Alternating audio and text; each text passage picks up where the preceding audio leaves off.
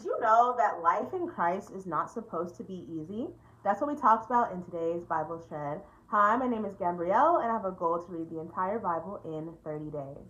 Today's Bible shred is going to have two parts, so make sure that you go to part 2 after you watch this one. For today's Bible shred, we were in Matthew and we went all the way to Mark. I want to focus a little bit on Jesus. From the moment that he was born, Jesus was being hunted down by King Herod to be killed. Throughout his life, he had people constantly mocking him and trying to get him killed. Specifically, the Pharisees, who would ask him questions that they knew the answers to, but they wanted to test him.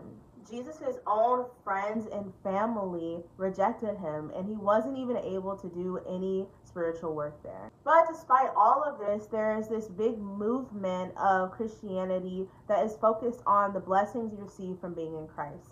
And that's not to say that there aren't blessings that you receive in Christ. If you go back to yesterday's Bible shred, I talked about some of the privileges of being a Christian, but that doesn't mean that life is easy. When we don't prepare ourselves for the turmoil that we might possibly go through, it really does us a disservice, because then when things happen, we tend to blame God for it.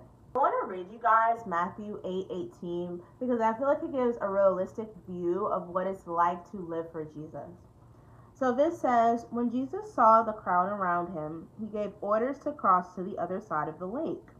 Then a teacher of the law came to him and said, "Teacher, I will follow you wherever you go." Jesus replied, "Foxes have dens and birds have nests, but the Son of Man has no place to lay his head."